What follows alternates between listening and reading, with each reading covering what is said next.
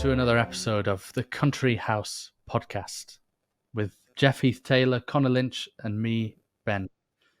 Today we're discussing some topics that seem massive, but we've only got a short time for them. But evolution of the country house architecture, or just evolution of general styles of architecture, and then later on we'll get into some 20th century more specifics. But when we're talking about the history of architecture, or the history of estates, country house architecture, where do we even begin? Because there is such a rich history. It's a good question, Ben. I think the country house is intrinsically tied up, obviously, with its role in the communities and in the land. So the role of the lord of the manor obviously has changed over the past 1,000 years, and Connor knows perhaps more about that than I do, in the sense of, having brought up in Ireland, which is perhaps arguably a little more feudal still, in the sense that there are a lot of grand estates still in Ireland, whereas in England they've often been splintered up a bit. And the role of the lord of the manor has obviously is still really important today, and I think especially in some of the Irish estates. But I think thinking about the role of the country house, I mean, we've got to think about it firstly in the sense of and how it links to it's intrinsically linked to architecture, because the architecture essentially is the external face of the role of the country house. So we know that after the Norman conquest, country houses were often castles, and they were fortresses between warring factions within the UK. Whereas by the Georgian period, we had relative peace. The Civil War was sort of long gone, and wars were being fought overseas, not internally. And so people could afford to have more ornate, less sort of resilient houses. And that's why we saw the rise of English Baroque, and later sort of Palladian and Regency sort of houses, which are much prettier rather than practical. So we can sort of work through it. I don't know, Connor, what are your thoughts on how we do this? I would say that a country estate and the house, just from its inception, is in a way little kingdoms within a kingdom. So they are authoritative structures within a greater country. And if you look at them in that way, they have their own hierarchy, the roles within that, but also they are the bastions of tradition, local culture in that area. And this is something that has passed on from generation to generation, that a country estate embodies what is of that place architecturally, whether it's the materials and the family, but also local events and feast days that would be patronized by the family. So the big house is the hub of a circle, where it's not just the family on their own in the big house. It is the village, it is the surrounding community, and think of it as a mini economy, and the country house is at its center. So a country house is nothing without its people. And a landowner once told me that we were walking across the field, and he was talking of his attachment to the land there, that his ancestors had been there for 500 or 600 years. And he felt that quite literally his blood was in this soil all around, because the longevity, the continuity of his family being there. But it wasn't just him, it was the farmer, the gamekeeper. The farmer was 5th generation, the gamekeeper I think was 6th or 7th generation gamekeeper. And so it's not just the head, the landowner, that is passing on from generation to generation, and the sense of continuity. It's those in the village and on the estate. And whether it's Tudor times, Georgian, or whenever, to see a country estate as its own, I suppose, kingdom in that sense within a greater country, that's something that is just throughout time. Mm. Yeah, it's interesting. I think in a podcast that's only 30 minutes long, it's going to be hard to sort of summarize how much that's evolved and how much it's changed, because this country's changed. Like you said, these country houses and their estates are kingdoms within kingdoms. I really like that phrase, Connor. And our kingdom our United Kingdom has changed so much over the past 1,000 years, as has the role of the estate and architecture. I think it's interesting. I think I guess we might as well dive straight into the deep end and start with, it's hard to say where to start. I think 1066 is probably a good place to start, because prior to that, Saxon England, we know people lived in longhouses and stuff like that, and it we didn't really, it was only really after the Norman conquest that Britain as we know it began to develop, and that's why I guess prep school curriculums always start at the 1066 and finish with the present day. So I'm just looking through sort of my notes, and what's interesting to note with country house architecture is how we define different periods. So we define different periods of country house architecture either by the period in which it was built or by a style. So, for example, Georgian architecture or Palladian or arts and crafts architecture, it's either a period, the Georgian period, when we had the Georges as our monarchs, or by a style like Palladian or arts and crafts. And interestingly, sometimes there's overlap. So Georgian, obviously, is a much broader era in that you talk about Georgian music, you talk about Georgian architecture, you talk about Georgian art, you talk about Georgian fashion. So Georgian architecture is just one subset of Georgian society. Whereas if you talk by style, Palladian or arts and crafts, like I said, or whatever, then it's more explicitly referring to domestic architecture or architecture full stop. What's interesting is occasionally there's overlap. So Elizabethan or Jacobean especially, you rarely refer to Jacobean fashion or Jacobean politics or anything. Jacobean, although it's a period, it's the reign of King James, it's become synonymous with its architecture. Elizabethan to a lesser extent. So I guess the next thing is thinking about when the time periods sort of when we shift from one to the other. Obviously there's blurred lines. You still are getting Tudor elements well into the Elizabethan and Jacobean era, and then they were still using mullioned windows after they invented the Georgian sashes, for example. There's not clear defined periods.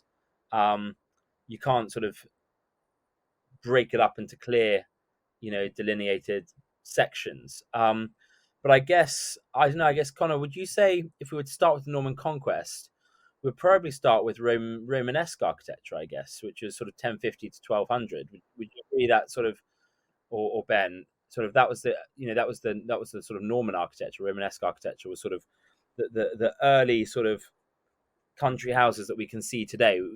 I don't know if there are any examples of a Saxon country house, but there are, for example, examples. I think there's nothing that early, but there are examples. For example, Boothby Pagnell Manor or Headingham Castle in Northamptonshire, and indeed the Tower of London, which are Romanesque, Norman or medieval houses or castles. Do you think that's a good place to start? Yes, going back that far now, in terms of style names, I wouldn't be as familiar, but as starting at 1066, you see that country houses, I suppose they wouldn't have been called country houses at that time, but they started off defensive. And as the country became more peaceful, more settled, so did the houses, and their style changed and evolved with the political landscape and how violent it was, and then how peaceful it became. And that throughout, even today, the politics, the regulations, what taxation is and isn't in place affects buildings and architecture. That's why, with the window tax on the blocked up windows at the turn of the 19th century, there's telltale signs. Windows being set back, the introduction of parapets to prevent fire, and this became a regulation. So through time, by looking at a house, once you become more familiar with country houses, you can quite accurately place a time period on a house based on just combining all these telltale signs together. So when you look at thinking of Romanesque, I was able to. I lived quite near Boothby Pagnell back in the day, and I'd say Boothby Pagnell Manor House is probably the most explicit example of a Romanesque country house that we still have intact. And I've just been finding an image of it. I'm on Google Images, but you see it there, and I suppose when we're talking about the practicalities of Romanesque country houses, is it just because it's so early? Is it just made of stone? You know, is there Yeah, so anything essentially, the definition of Romanesque architecture, and it's quite hard to pin down, is it's basically anything post-Roman that's built of stone that is pre-Gothic. So the Gothic period came right? slightly after, but anything post-Roman, pre-Gothic that's built of stone is Romanesque. There's rarely earlier examples than sort of between 1050 and 1200. Um, but that essentially is the broader definition of what Romanesque is. There were some Saxon buildings that were built in stone, sometimes towers, sometimes churches, but we tend to think of Norman ones because most of those Saxon ones, if not almost all of them, have have are no longer existent. So yeah, a lot of our castles date from the Romanesque period, and a lot of our cathedrals do. Houses, I think Boothby Pagnell is probably the best example. There aren't many others out there, but it just Just goes to show how resilient. It goes to show how resilient stone is, that we can have these castles and these houses that have lasted for 1,000 years because it's such a sustainable material. Yes, what are you going to say, Ben? Would just say it's fascinating looking at it, and what strikes me is that it is simple. And you know, when we were talking about what topic to discuss today, it was the evolution of country house architecture. And I thought evolution was an interesting word because I didn't see it as much of an evolution and more as the sort of women fancy of the fashion of the time. But when you look at that, and then you look at moving forward to Baroque and Palladian, it does really seem like an evolution. It is an evolution, yeah, and I mean, what's interesting with I think I don't know who it was who described Romanesque as severe classical simplicity, but it's funny. It was long before sort of classicism reached our architectural sort of shores, which came about after the sort of Jacobean Elizabethan periods, but yet um, it is, like you said, it's got a classical simplicity to it that is wonderfully timeless. Um, and It's just a shame not more of these buildings exist still. What are your thoughts, Connor? Yeah, I was going to say for our listeners, an easy way to remember Romanesque versus Gothic is Romanesque is a rounded arch, whereas Gothic comes to a point. So the cathedral, the church in your village, if it has rounded arches, that is Romanesque, and the pointed arch is Gothic. That's helpful, and it's probably worth saying at that point that the Gothic period overlaps significantly with the Romanesque periods.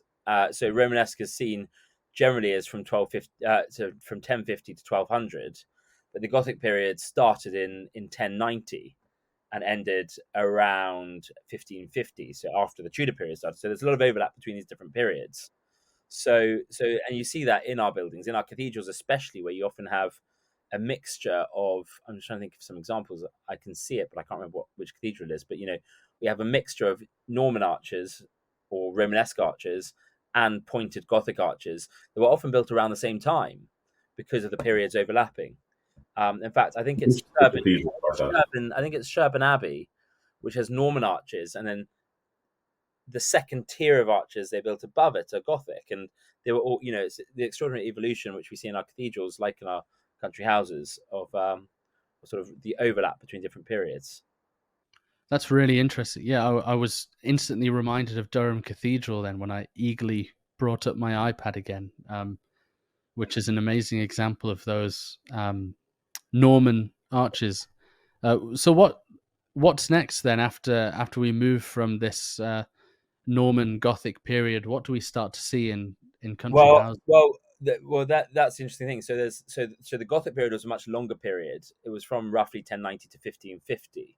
So it's probably one of the longest. We should dwell a little longer on Gothic because it was one of our longest sort of periods of architecture in this country. It was certainly post Norman conquest. So as Connor said already, it's defined by its sort of large spaces, decorative detail, its pointed arches, um, sort of often incredible vaulting.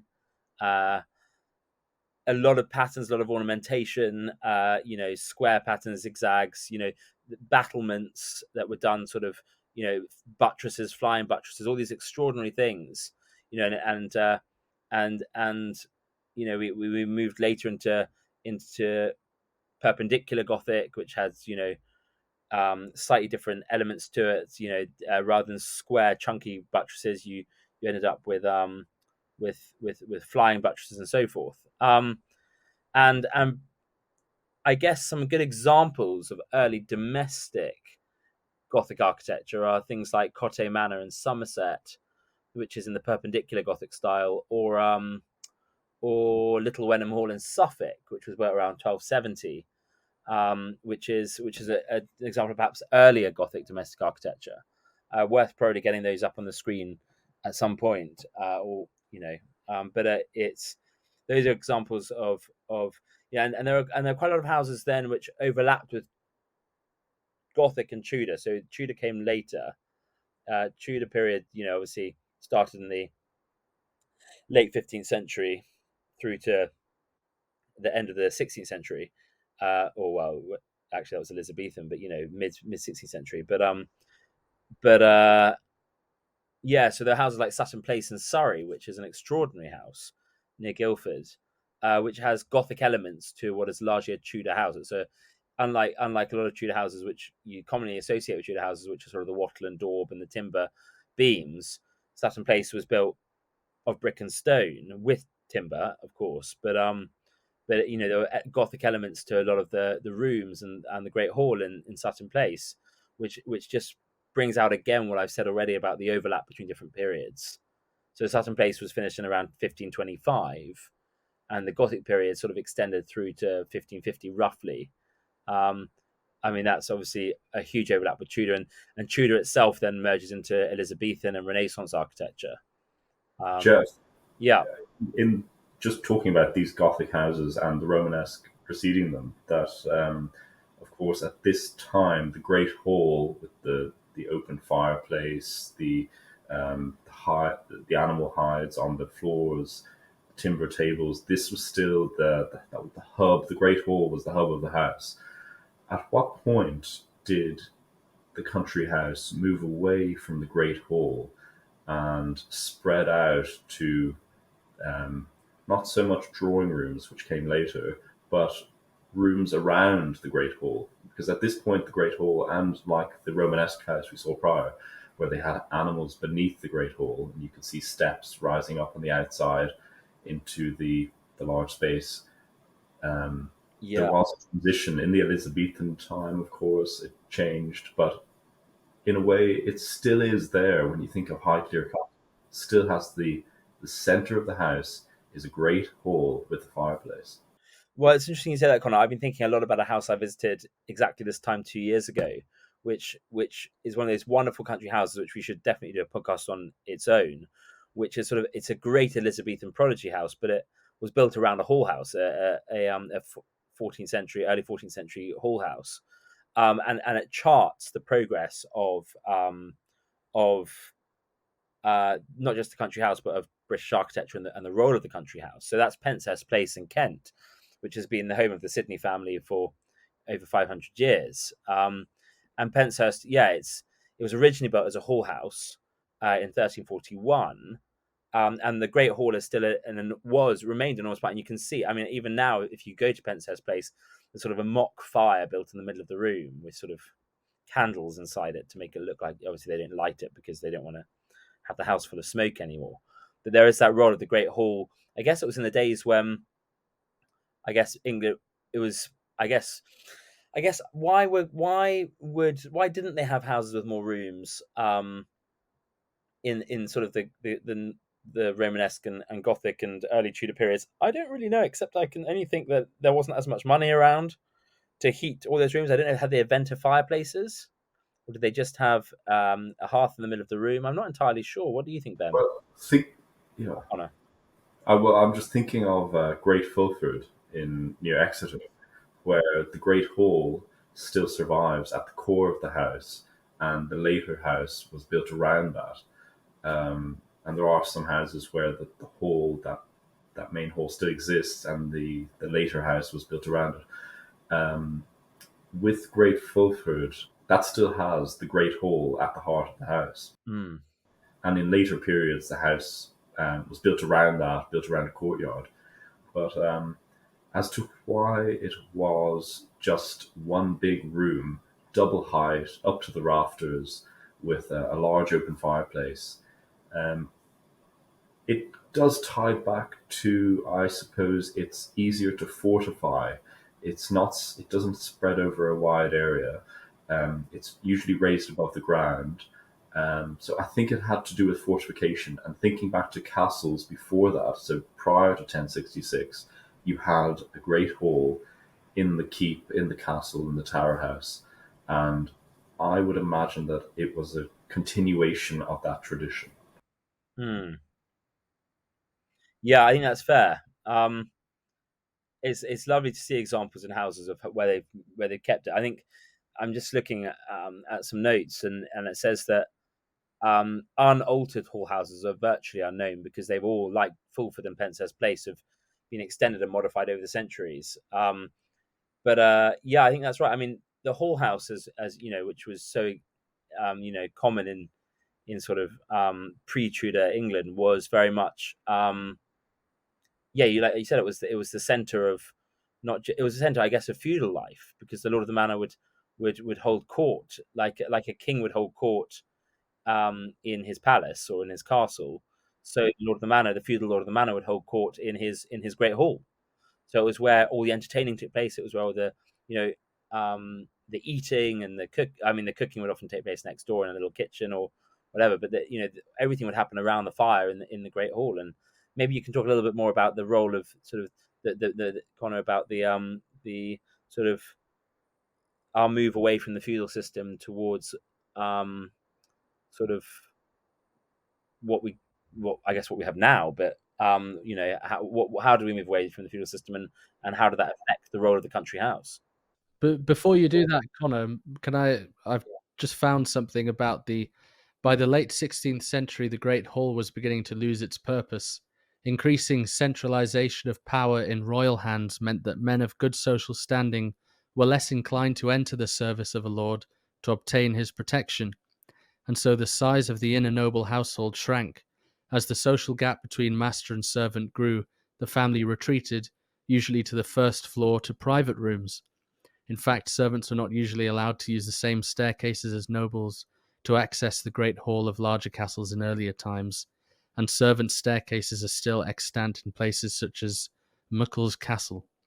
Other reception and living rooms in country houses became more numerous, specialized, and important, and by the late 17th century, the halls of many new houses were simply vestibules, passed through to get to somewhere else, but not lived in. So that's an interesting point to sort of close off that great hall bit. But onto you, Connor. Yeah.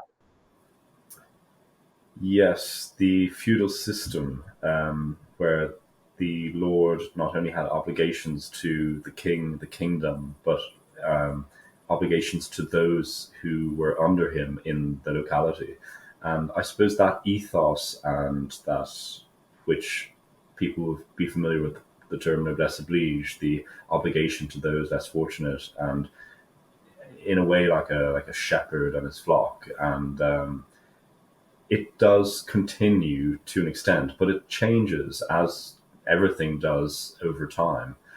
I would say that the transition from generation to generation of an estate is through primogeniture, which is the eldest son inheriting.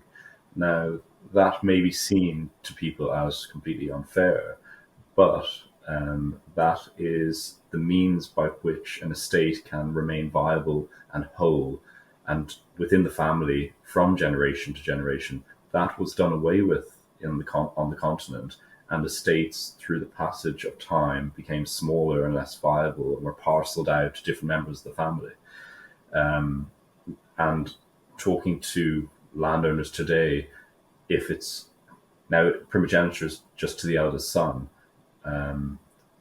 If there's just daughters, maybe it goes to one of the daughters, perhaps, but it might also go to the eldest, closest nephew, say.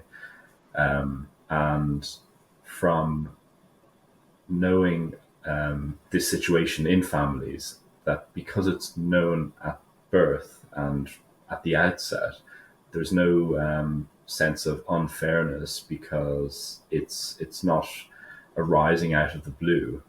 And a landowner that I was talking to about this said that it's not for him to change, that he will give as he received.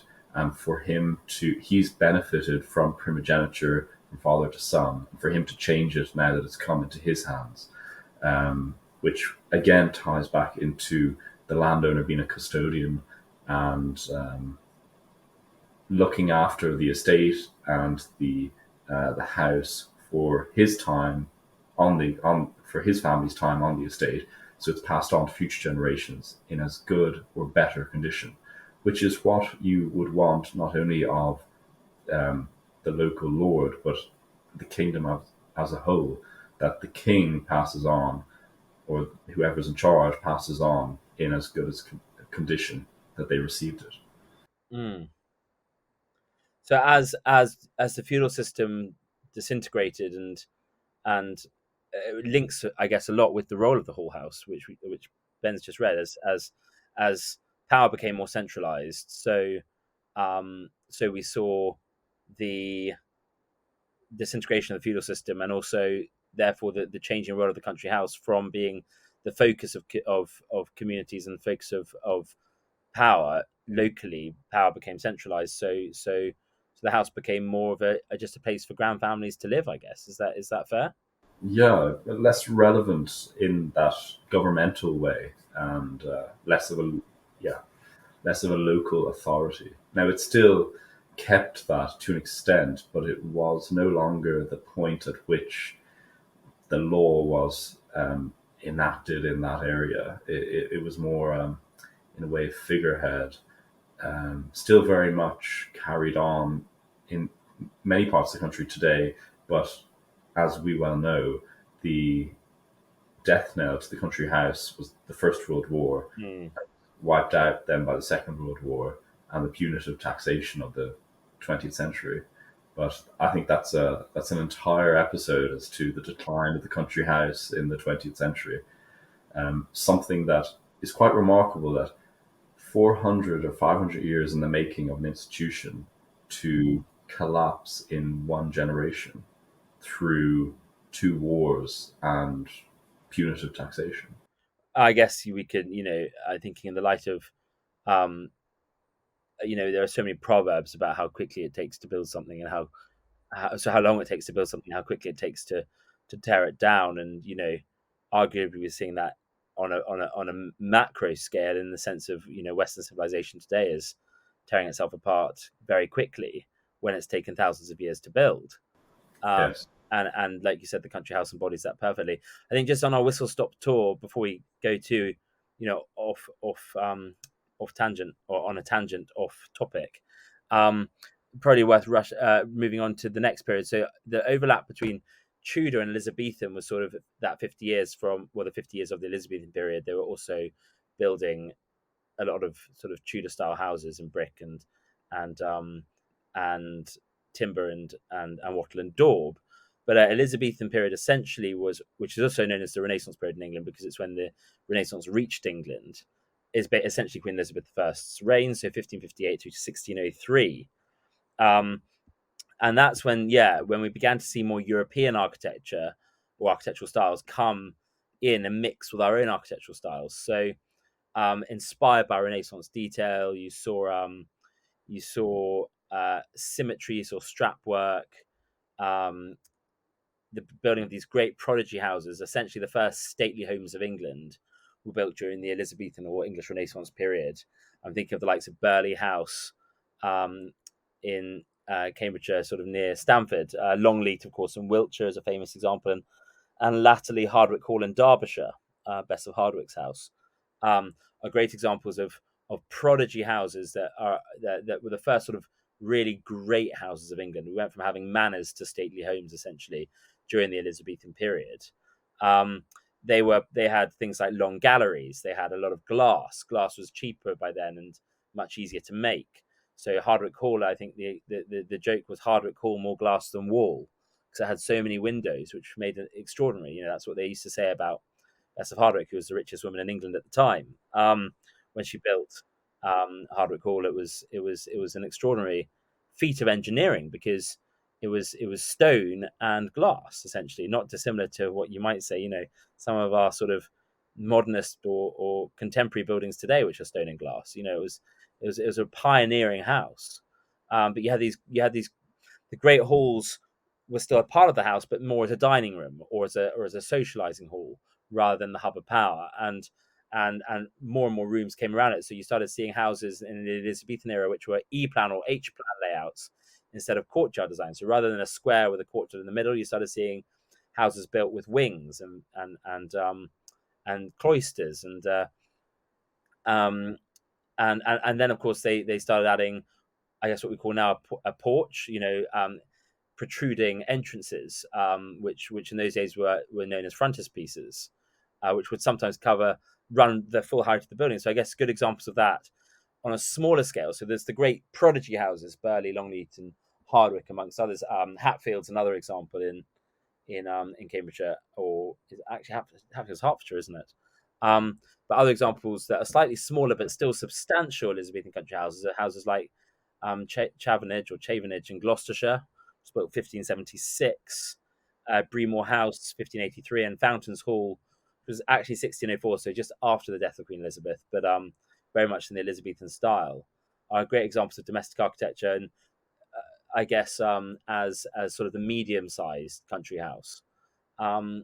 So, and then of course the Renaissance period. And sorry, having covered all sorts of different houses for country life, I sort of have, unlike Connor, who's a classicist, I sort of have a slight less deep knowledge of classical architecture, and Connor can get onto that in a minute because we're about to reach Palladian and Regency and Georgian architecture. But the overlap in Renaissance architecture between Elizabethan and Jacobean. So King James became king in 1603 on the death of Elizabeth I, and it's sort of early Stuart architecture was sort of is where we began to see bigger panes of glass. So we saw, it was right at the end of sort of where you had leaded windows and little small diamond or square glass panes, set in lead. It was this was sort of some Jacobean houses. I'm thinking, for example, West Horsley Place, which had a Jacobean facade whacked on the front of a medieval house.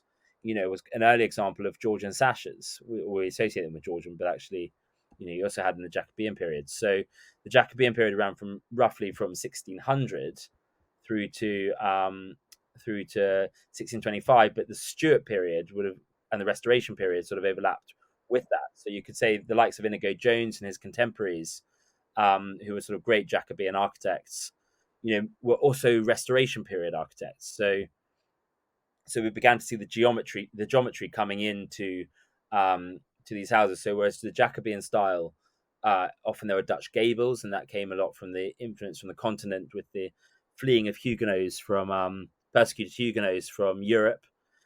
So you see that especially in Norfolk and Suffolk, where a lot of the Huguenots settled. A lot of great houses like Rainham Hall in Norfolk, for example, which has extraordinary Dutch gables, as examples of European architecture seeping in, which we never really had pre-Elizabethan period. It was, the pre-Elizabethan period, our architecture was quite pure English architecture, albeit quite simple. Whereas as the European influence came in through the Elizabethan and later Jacobean and Restoration periods, you saw a lot more European influence. And maybe Connor can talk to us a little bit more about Inigo Jones, who's been described as the first English architect, paved the way for the likes of Christopher Wren and Roger Pratt and John Webb and others, and countless 18th century architects. Connor, what are your thoughts on Inigo Jones and that movement into Restoration architecture and classical architecture came with that? Yes, just coming up to that period, I would say that just in light of what you said in relation to pure English architecture and then European influences, that looking at Tudor to Elizabethan and then moving on, you see half timbered houses, where you have the white infill, and then you have the timber, and it's the house that everyone recognizes. And the only brick solid structure would be the chimneys and maybe the base. But then as you then move into the Elizabethan, it's not just the chimney that is the solid structure, it's the majority of the house. But you might get the wings or just the central element, which is half timbered. And eventually the half timbered is done away with entirely, and the half timbered might be just used for the farmhouses on the estate, whatever it might be. But the house itself is entirely brick with stone dressings. And then moving on from brick and stone dressings, we have entirely off stone. So there's that transition to stone with brick in between. And of course, moving on to the Restoration, there was a great pause, a lull in country house building with the time of Oliver Cromwell and of course, the execution by Cromwell of Charles I, and estates were dormant, or families had lost their estates. So there was a great boom in the 1660s with the Restoration, and this is a style that I would love to see come back. It's the tall country house. It's that Dutch influence. Think of a townhouse. It's not a two-story house with 3 stories of tall windows. When we think of a Georgian country house, they might have 2 stories, and then the top windows are square, and it's clearly an attic story. But with Caroline houses, that period between 1660 and 1685, we see 3 tiers of tall windows, unashamedly a tall building with the cupola on top generally. And Ashdown House comes to mind, Belton, of course. And Belton, in fact, is just exceptional. The picture behind Ben is one that Connor designed. It's a mix of 3 Carolean houses, isn't it, Connor? That is exactly a mix. And one of them, it was lost, demolished in the 50s or 60s. Following a fire. But yes, that is Carolean. And now that we are in the reign of Charles III, what we build today is Carolean architecture once again.